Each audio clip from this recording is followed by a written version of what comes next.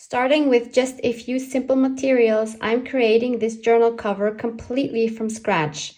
This is for my gratitude journal, but you can use the same process for any theme or style you like. I'll also show you how to make a soft spine and sew in your signatures so that they lay super flat. It's so satisfying. Whether it's your first journal or your 50th, this cover technique is super versatile and fun to make. Welcome, it's Barbara from Vienna, Austria. In part 1 of this mini-series of making a gratitude journal, we put together 4 signatures, and the pages we used were from my curated gratitude journal kit, which has a mixture of the gratitude templates as well as some other papers from various kits that I thought go really well together. And I also added some random papers like coffee dyed papers, some of my blue dyed papers. I have a whole separate video on how I dyed these papers. I will link that for you below as well in case you're interested in that. We added some book pages. And we added some page decorations by making these splatters. Again, I show how to make these in part 1 of this mini-series. I'm still so in love with these blue dyed papers, especially with these color accents. So today we're going to make a cover from scratch for this journal. If you purchased the gratitude journal templates or the curated gratitude journal kit, you will see it comes with this cover page as well. So if you didn't want to make a big fuss and you just wanted to have a quick journal, you could easily just use this page, cut front and back down to whatever size you need. I'm using A4 paper folded in half, so I would cut this again into half, and then you could simply just put it on any cover. My go-to would be something like a paper bag cover with fabric on it, like I use for my planners, and I love to bits because of how squishy it is, because of how well it grows and all of that. And if you've never made a paper bag journal and you want to learn how I make these, I will also link a video for you below where you can learn that step by step. So you could easily just cut this out, cut it as large or as small as you want. And then when you have your journal covered, you can just put it as a front page like this and this on the back side. This is not what I will be doing today because I feel very adventurous and I want to switch it up a bit. So instead, I want to use a similar technique to the one I used for this journal. For this one, I used vintage book covers on the front and the back, which I love to bits. And I sewed in my signatures through a soft spine using my sewing machine. Now, I will not be using my sewing machine today because it's still not working. So I'll be sewing them in by hand. But I want the same effect of having hard covers with a soft spine, because I also love how well the pages flip just because you have a soft spine, and it just makes it so nice to leaf through a journal with this method. And by the way, if you want to see more about this little journal, I also will link that for you below. It might be a little playlist. This was one of my design team projects for the Digital Collage Club. So I will link that for you below as well in case you want to learn how I made this exact book. So instead of using vintage covers, because I also know that many of you do not have access to vintage books, I thought we would really make this from scratch using some cardboard panels. So these are fairly stiff. I would say they're about 2 millimeters thick, very sturdy. And I cut them to fit to my pages here. So again, these are just A4 pages folded in half, and I will give you the measurements of the cover so they fit exactly. There's not really any wiggle room anywhere. If you want yours to be a little bit bigger, then you can do that. So in inches, my cover panels have 5 7/8 width, 8 3/8 height. And in centimeters, it's 14.7 by 21.3. It doesn't have to be this exact. You could just do 6 by 8 1/4, for example. It really doesn't have to be that exact. So, and then we'll be adding some fabric in here in the middle. But first we need to obviously do something with these panels. Let's put this aside. So I have these fun pieces of ephemera. Maybe you recognize these from a live that Louisa Heinzel and I streamed a few weeks back. I will also link this for you below, where we discussed the topic compartmental making for junk journaling. And during that live, I made these fun pieces using a jelly plate. So these are meant to go at least partially into this journal. But I had an idea for the cover for this piece right here. So I had pieces of cardstock, which were pretty much the same size as my cover pieces here. And after printing on them with my jelly plate, I cut them up and then I added some more details to them, like the stamping, for example, or the embossing. Or maybe I did the embossing before I cut them. Yeah, I think that's what I did. It's been a few weeks. So I took this piece out because this one is the widest that I still have. And I thought it would be really nice to use my circle die to have this as a centerpiece for my cover. Now, if you want a circular image, but you don't have a circle die, just find a little bowl or a little plate or something you can trace, and then you can cut that out.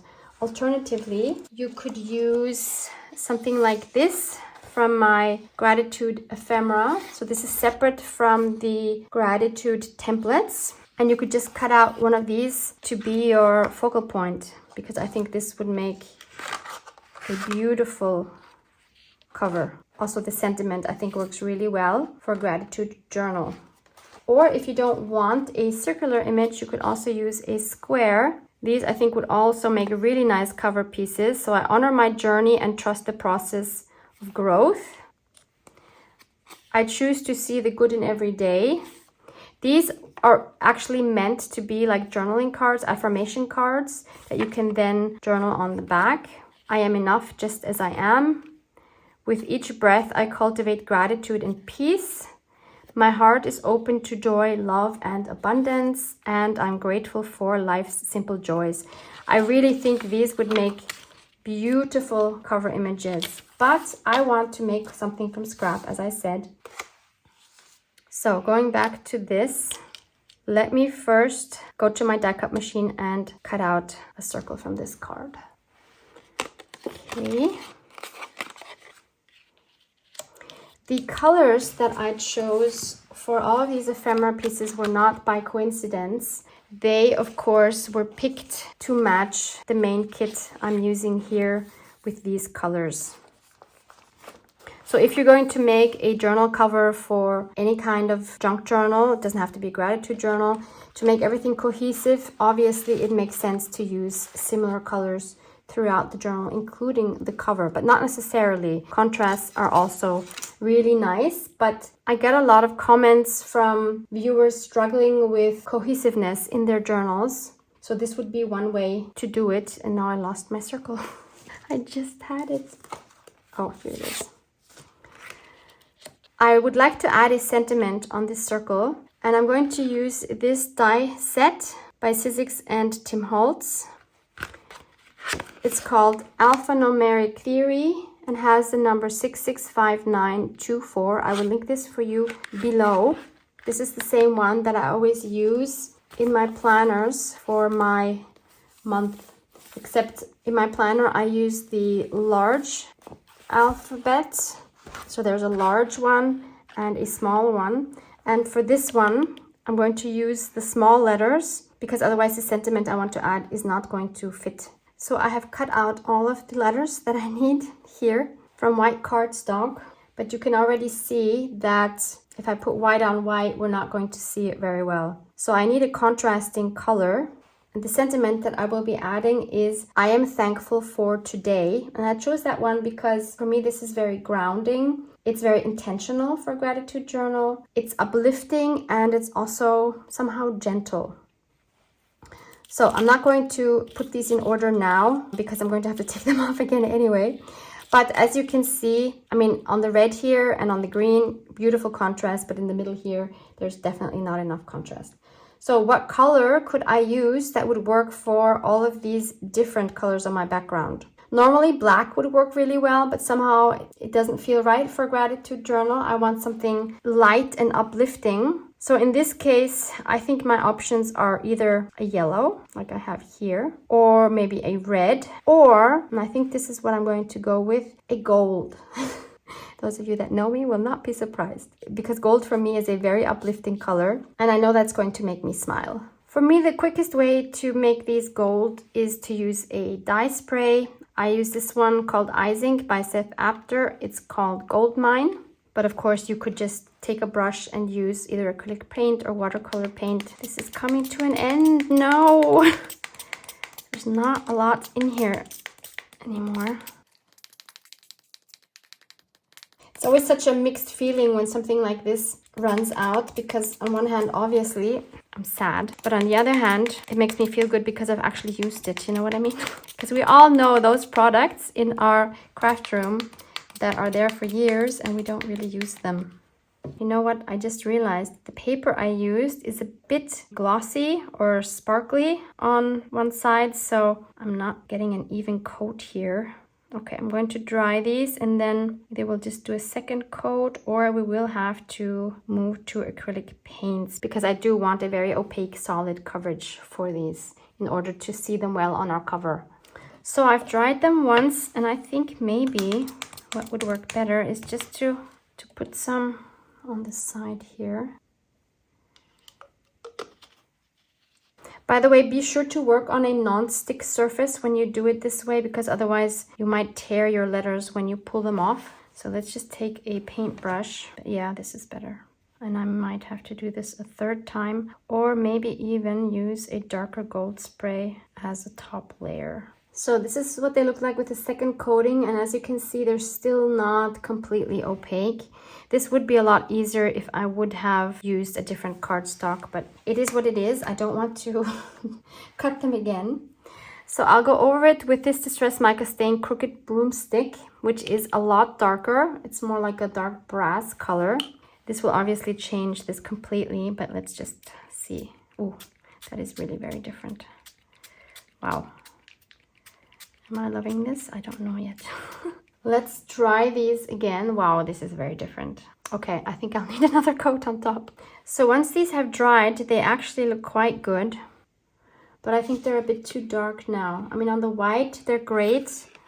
On the red and the teal, it's okay. But I think I prefer a little more gold, more like this color. So let's add one final layer of this gold, which will now hopefully, whoops, go on a little more opaque. Yep, I think this is going to be a good mixture. Of course, when this layer now gets wet, the colors are going to mix. Because of course the mica stain is not permanent. Maybe just so you see the difference. There's an upside down A with the Ice Ink gold dye on top, and the one next to it is with the mica stain Crooked Broomstick. So you see this one here is a lot more golden, which is what I'm looking for. And of course it would have been much easier to do all of this before I cut out my letters. But that's not how my brain works. I need to see things and how they work together before I make decisions. So just having that piece of cardstock on this without having the letters cut out wouldn't give me the same information as when I do it like this. I think it's worth the extra effort. Also, the advantage of doing it like this is that I can get all of my edges painted nicely as well. So this is what it could look like. This is not quite centered yet, so before I would glue these down, I would make sure that these are completely aligned. But another option would be to make it a little more fun and interesting, to actually move the first and the last line to align with the circle. This takes patience because if they're not aligned correctly, it will look awkward. So the spacing needs to be spot on, and so that all of these letters in the middle need to be completely lined up. And then also for the bottom here, the D, which is the middle of the word, would have to be 100% lined up with the O and the A. So we can just angle these a little bit. Kind of gives it a little more dynamic, but you have to have the patience for it. So it's not 100% spaced correctly, but you know what I mean. I think this is more fun. So I will go ahead and glue these down using my art glitter glue. I won't bore you with that, so I'll see you back here once I've done that. So this is what it looks like when everything is glued on, but I'm happy with that. So now we need to think about what to do with the background here, and of course also the back side. So again, to make everything cohesive, let's stick with the colors that we've already been using, which are these here, which are the ones that I used for my jelly plate prints, for these prints. And again, I chose these because they work with the printable and they're nice and happy, positive colors. But this time, instead of using a jelly plate, let's just use a brayer. I'm just randomly, without overthinking, I'm just going to put some packaging paper here to roll the brayer on, putting the paint directly onto my brayer. Because if you put the paint on here, you always get these oval splotches, which I don't want. I have never done this, so I am super curious how this is going to turn out.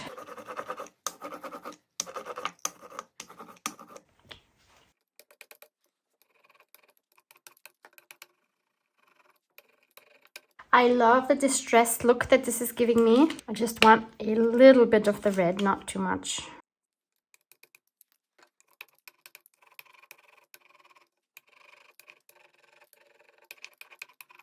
Let's go in with this beautiful turquoise green.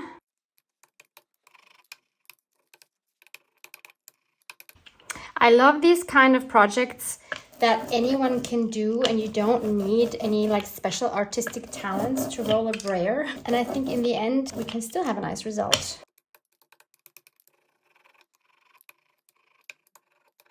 Okay, let's try some yellow. Actually, I'm going to dry this first because I do not want this turning green now if I add the yellow. Let's do this. Hopefully my brayer was dry as well now. Otherwise, I am going to get green because these two have mixed.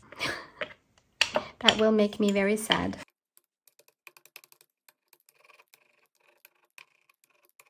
Looks like we're good to go, thankfully.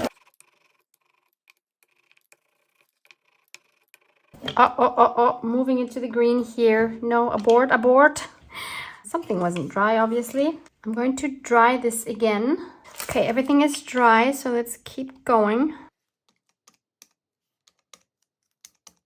Trying to cover the white spots.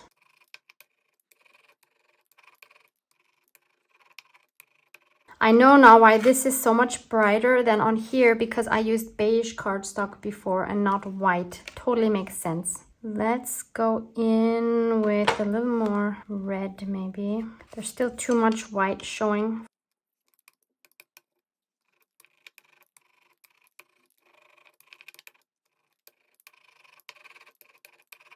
What I should have probably done is first paint or brayer the background all in one color. That would have made it so much easier now not to have to worry about all these white spots. And at this point, I'm going to switch tools. So instead of the brayer, I'm going to use this tool here. Alternatively, you can just use a card like this, because I want a little more control over where the paint is going. I also want it to be more like in a block form, kind of like we have here. Okay, the block form is not really working, but I can definitely aim a lot better with this tool. So I can be a lot more intentional about where I'm adding my color.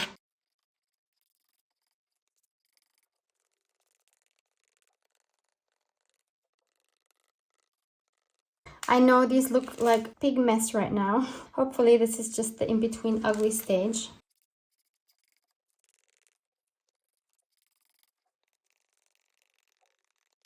I'm not loving the red anymore.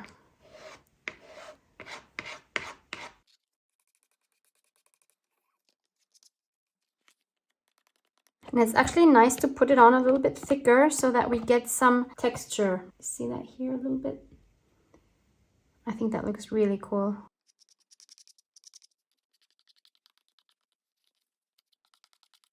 I have a chopstick here. Maybe this isn't completely dry yet and we can write something in the paint, like maybe love. Oh yeah.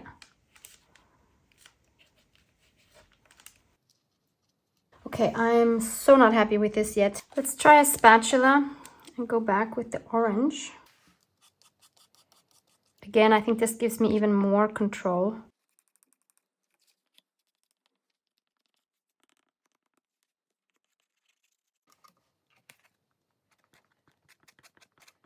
I mean, having more layers is actually quite nice because it will give it more depth.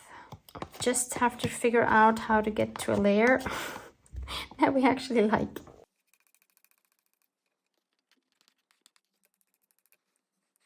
Okay, so I figured out what to do, how to save this.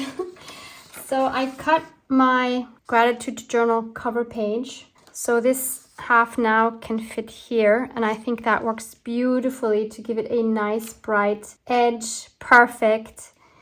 And for the front here, I chose another one of my pages that are from the Watercolor Meadows, which is also the base for the gratitude journal templates. So either we can do this side or this side. I think I like this side. And then if we put this here, obviously it's not standing out enough. So first of all, I think we'll ink the edge.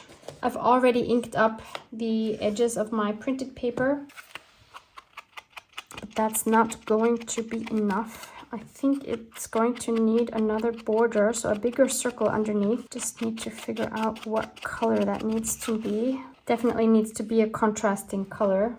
One interesting idea might be this dark gray here. It's actually an envelope, which doesn't really matter.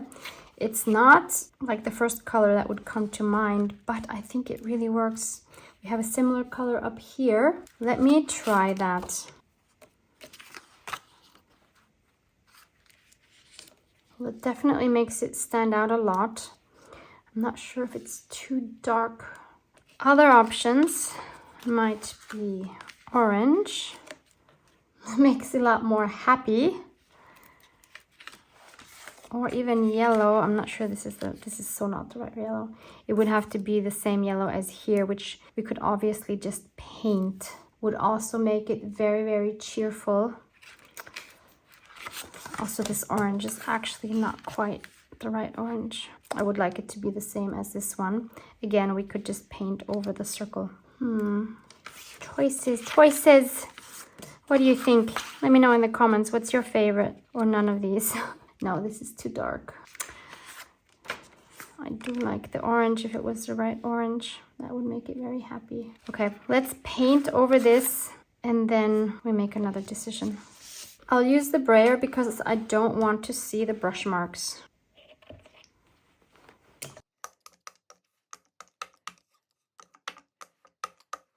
Might have used just a tad too much. So I've glued everything down. So this is what it is. I'm sorry I didn't wait for your feedback, but this is it. Obviously these are not going to be next to each other, so it won't be quite as bright as it looks right here. So we'll have one in the front, one in the back, obviously. So we'll only see one of these. How cute and bright and joyful is this? I think it's perfect for a gratitude journal. But I'm not done with this. Obviously, we also need to do something with the insides, but I'm not done with this front cover yet. Inspired by the original cover, we have some butterflies here. We also have a dragonfly, but I want to focus on these butterflies because I have this framelit set by Sizzix and Tim Holtz again. This is called Flutter and it has a number 662269. I will also link these for you below. And I thought again we could use some of these that I've actually already made into ephemera. For example, this one that has a little bit of white in it, maybe one turquoise and one yellow. So what do we think?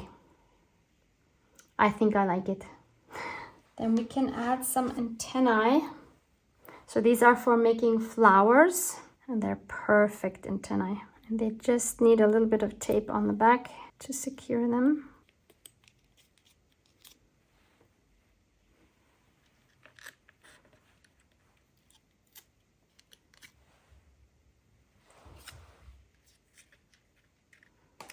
Let's do it. You could also adhere these with foam tape to make them more dimensional, but since this is my journal cover, I actually don't want to make it very bulky. By the way, if I haven't mentioned it, the kits I'm talking about are linked below, or you can just go to my shop page, which is also linked below, and you can check all the different kits. I think some white splatters are in order. I'm going to use some thinned down white gesso, and I already have some splatters. I'm using this fan brush, which gives me fairly small splatters, although this is quite thick, so I don't think the splatters will be that small. Yeah, it's actually the perfect size. I get a mix of smaller and larger splatters. So here's the final front cover. Splatters are already dried. Super fun. So for the inside, I have decided I'm going to use my blue dyed paper. Again, that video tutorial where you see what I used and how I made these, as well as some of the other blue papers that I made, is linked below. And there's also a digital version of these for all of you who do not want the mess, but you want the result. So for example, this is one of the digital versions of that. Here's another one. Of course, it makes sense to use this because I already have some of that in here. Again, thinking of the cohesiveness. And since I want an even coverage of this, because this is a little bit wrinkly, even though I have ironed these, you see it is still a bit wrinkled. I want to make sure that everything is glued down nicely. So I'm going to use my Liquitex matte gel. You can use any glue that you have that will spread nicely. And you want to make sure your whole surface is covered. And since this is going to dry very quickly, I think I'll have to do it in sections. It of course depends on your surface. Mine here is very porous, so the color is sinking in very, very quickly. Not the color, what am I talking about? The glue.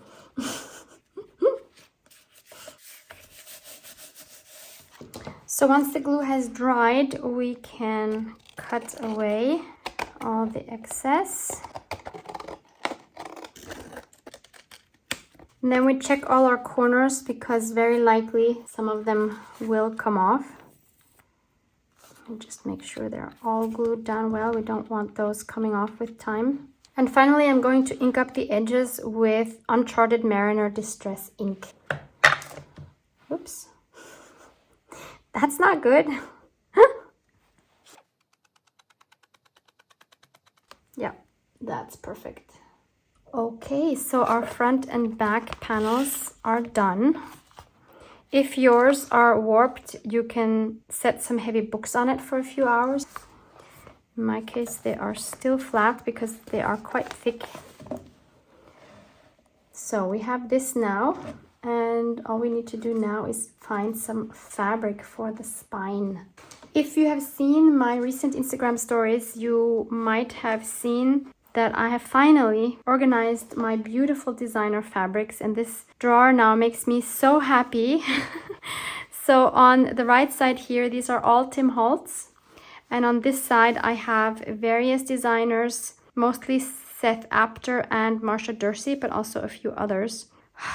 I could stare at this all day, seriously. What treasures!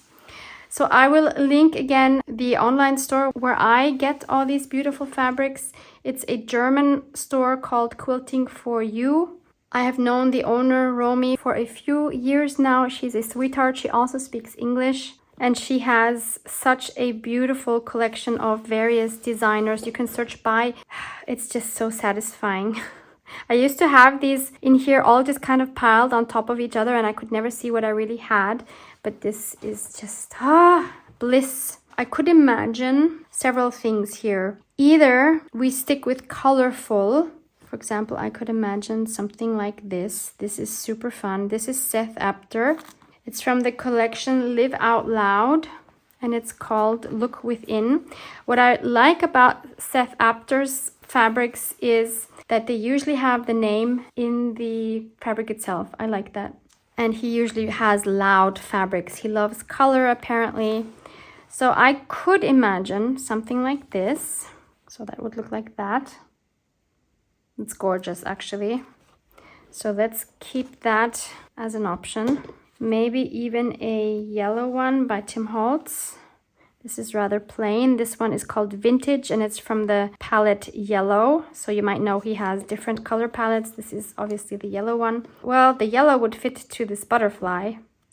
Definitely also a fun option. But one thing I am actually, I think, drawn more towards is this one here. So that's also Tim Holtz. Is this one called Subway Signs? Yes! So it's called Subway Signs. And this, of course, is more of a contrast. And I love that. This is going to be it. I mean, I love the other options as well, but I'm drawn to this one. And because I know many of you are interested in fabrics, let me just quickly show you the other ones, because these are all from the newest collections. So again, this is Seth Apter. This is called Write Your Own Story. This one we've just seen. This is Look Within. This one is called Dream Big. Look how gorgeous these are. This one is called All the Colors. And finally, this one here is called Summer Splash. Love it. And then let me also show you all the new Tim Holtz ones from the palette Yellow. So I have 8 here. I don't know if there's more than 8, but I have 8 here. So you've seen this one. This is just yellow, basically. Well, it's not just yellow. Oh my goodness. What am I saying, Tim? I'm so sorry. So it has these beautiful grungy print here. And we have this one. Very, very fun. It's called Collage. Love this one a lot. This one here is called Numbers. And this one is called Tickets. All these names make so much sense, don't they? And this one, you'll never guess, it's called Stamps. Then we have this gorgeous one called Moths. Love that one as well. And then we have, what do you think? Yep, Map. And finally, this one is called Botanical. Gorgeous, gorgeous, gorgeous. So I want my spine to be a little bit thicker than just the fabric. I will double the fabric up because I want it to be nice from both sides, but I still want it a little bit thicker. So I'm going to use this, I guess you can call it a mailer.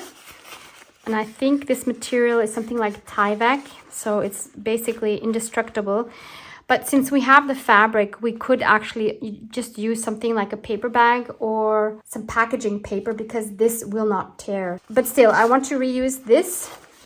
So how do we figure out what size we need the spine to be? The length is very easy. I want the same length as my covers. And for the width, we need to do a little bit of calculating. I have 4 signatures. The way I determine how much space I leave between each signature is determined by how much page decoration and how much ephemera I plan to add inside. A safe option is to go with 1.5 centimeters, which is about 5/8 of an inch. If you're only planning to do writing, I would just go with 1 centimeter. So that would be about 6/8 of an inch. So I'll go with the 1.5 centimeters. I also need a little more space on the inside here because I need to glue the fabric here and on the other side. Let's add another 2 centimeters. So that means 1, 2, 3 times 1.5 makes 4.5 plus 2 is 8.5 centimeters I need for my width. So 8.5 centimeters, which is 3 3/8 of an inch. And the height we said was 8 3/8 of an inch or 21.3 centimeters. So once I have that piece cut out, I'm going to take some PVA glue thinned down with a little bit of water. If your PVA glue is not very thick, then you don't even have to thin it down. I'm going to cover this whole piece with the PVA glue. Make sure my surface is clean and glue that onto my fabric. And I am leaving a little bit of space around it because I want to make sure that we're not going to see this on the inside. And then I can just tear around it.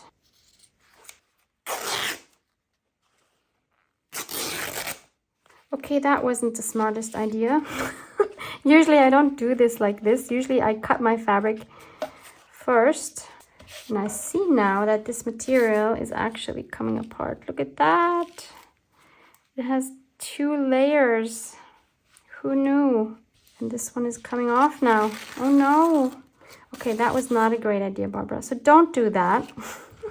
It's not a problem. We'll take off what we can take off and we'll replace this with something different. It's all good.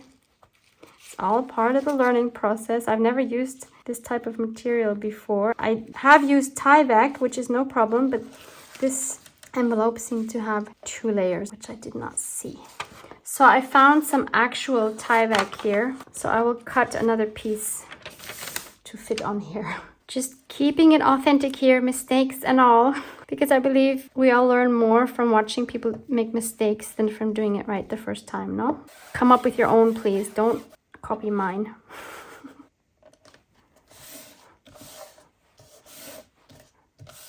And then we glue the second piece on the other side. Do they need to be facing the same side? I don't know. Probably not. And this now really needs to dry well before we start sewing the signatures through this.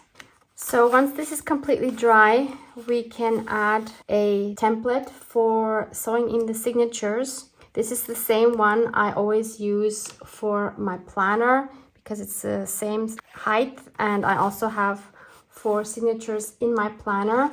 So again, I have 1.5 centimeters in between my holes, and I have double the amount, 3 centimeters vertically between my holes, and I have 7 holes in total.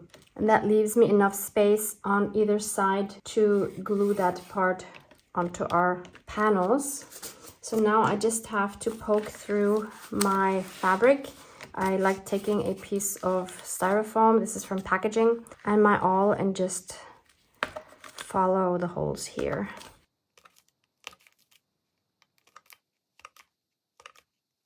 So once I have all my holes poked, I can take my template off. And if you have a dark fabric and a busy fabric like here, the holes are very hard to see, which makes it challenging for sewing. So I like to go through them again and go through all the way and make sure the holes are as big as possible so that I can actually see them better when I sew through them. This makes life so much easier. And next we of course need to do the same thing for all of the signatures. We need to punch our holes. So we make sure that all of our pages are exactly where we want them to be. We can secure them with a paper clip or some kind of a clamp. I always just do that on one side of the paper because I want one side to stay flexible because the papers do move when you fold them. And then I put in my template. Very important, I didn't mention that before. Always label where your top of the template is, because if you did it in one direction here, and now you do it the other direction here, even though you think they're spaced completely equally, the holes will be off. So make sure you know where the top is. So you just fold it on one of the lines, doesn't matter which one. Hopefully they're all the same. And then you put this into the crease. Make sure it's all the way lined up with your crease, otherwise your holes will be off. And you see this line here, that's also important so that all of my signatures have the holes in the same height and not one is going to be sticking out more than the other. This is obviously only important if your template is higher than your page size. And now we just poke the holes through all of our signatures. So we do that for all 4. And please don't poke your fingers. Wouldn't be my first time. And then we can pick a color for thread that will fit to our cover and to our spine. Kind of like this orange. So I would take either of the colors that we have here. Or you could go with something very muted if you don't want them showing, but I do. So maybe this orange would be fun. So we measure approximately 2.5 heights of our book. And we cut 4 of these, obviously, 1 per signature. So then we can start sewing in our signatures. I like starting from the most bottom hole from the inside. So we're going to start with our first row on our template and just weave back and forth until we come all the way up, and then we weave back down. And then I'll show you how I finish it. So you leave a long enough tail here so that you can still easily tie a double knot, and you just go in and out.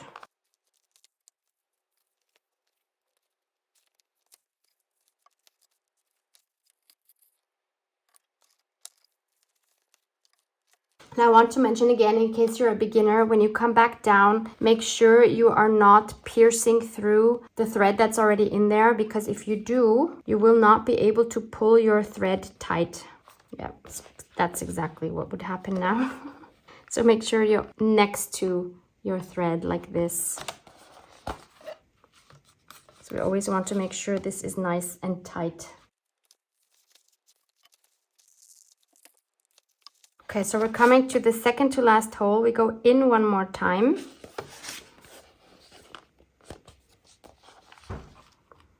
Then we can let go of the needle. Again, make sure that everything is nice and flush and tight. You can also check here whether everything is flush. And then I just like to tie a double knot. Then you can just snip these off, or you could also add some charms down here.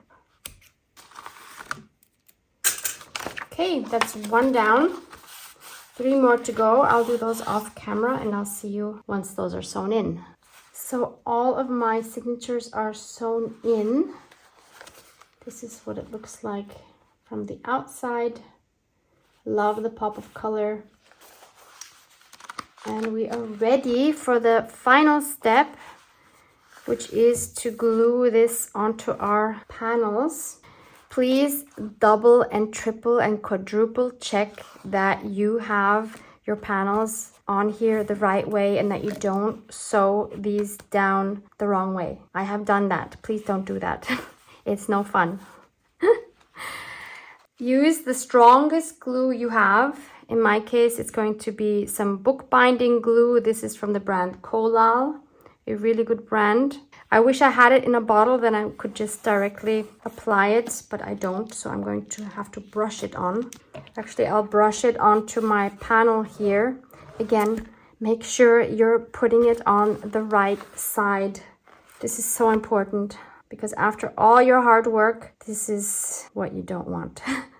So I'm going to apply a thick coat because we do not want this coming off over time. It's of course always easier to apply your glue to the sturdier substrate, which of course is my panel and not the fabric. Actually, let's do both of these at the same time. I think that might be easier. But let's be quick because this glue dries quite quickly. One more thing I'd like to say concerning sewing in the signatures. If you are not that experienced sewing in your signatures yet, I would suggest use 3 times the height of your book to determine what length the thread is that you're using, because that just makes it a little bit easier, especially at the end, because using 2.5 times the height is a bit tricky at the end to actually tie a double knot.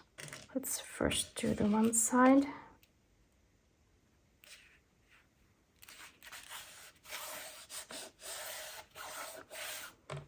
Let's make sure it's straight-ish.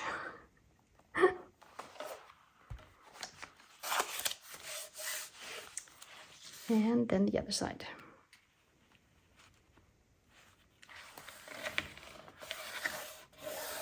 This glue is really good because it grips really fast.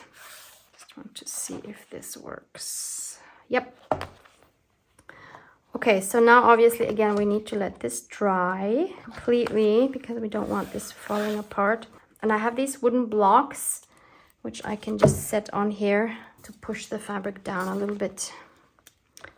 I found these at a flea market, but I've never done anything with them, but for this it's perfect.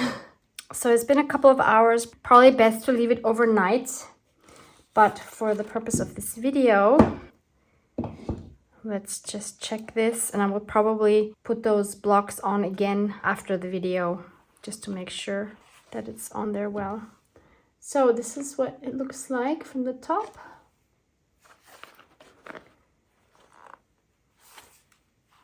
That's the back, and it looks like we are good to go. And I just love how flat these signatures lie. And that's because we have a soft spine. It has quite a bit of room to grow still, like this. It is not quite as flexible as if we would have a soft paper bag cover like this, because of course having stiff panels is never going to give you the same flexibility as something like this. So you see this one on the right with the paper bag has a lot more potential because of the soft cover. You see it can grow and grow and grow, whereas this one is limited to the end of the soft spine. So this is its limit. Then it's gonna go like this. But I'm super happy with this. I love how vibrant the colors are, and it brings me so much joy. It's going to be a lot of fun, I think, to work in this. So thanks so much for joining me. Love you guys. Mwah! Mwah!